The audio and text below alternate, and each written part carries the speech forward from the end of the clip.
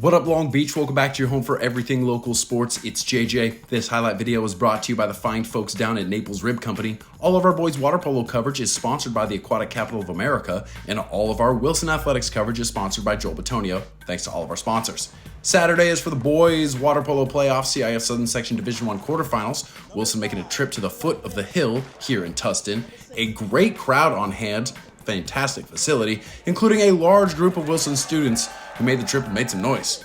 Trying to root on these Bruins to victory after a blowout win in the first round, but they're facing a solid convoi of Knights, Google it, who came into this game as heavy favorites with a couple different scoring options. Wilson coach Zach Pullman's here, and his team know this thing is going to be physical.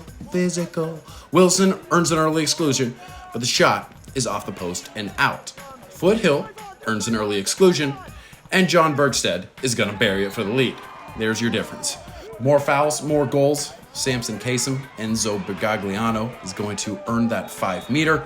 Then senior Wyatt Mitchell swims up the line and perfectly skips it home into the top shelf. We're tied 1-1, but the song remained the same. Another power play goal from Bergstead, and the home side takes a 3-1 lead into the second quarter. I mentioned the physicality, Wilson defense doing all it can. Antonio Loria Apuzzo with the grand larceny right there.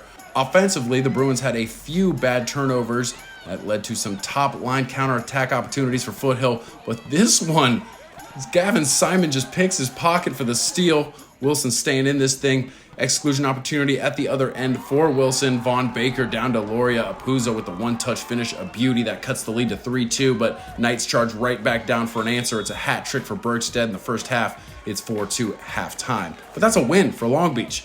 But when shots like this are somehow staying out, it is just not your day.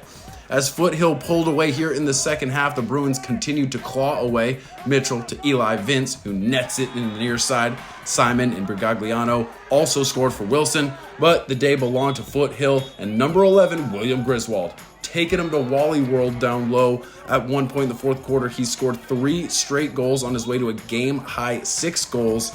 I mean, roll them up. Foothill and Griswold unfortunately starting vacation for Wilson a little bit early. A disappointing way for the season to end for the Bruins, but big picture, this is a program back where it belongs, in Division I.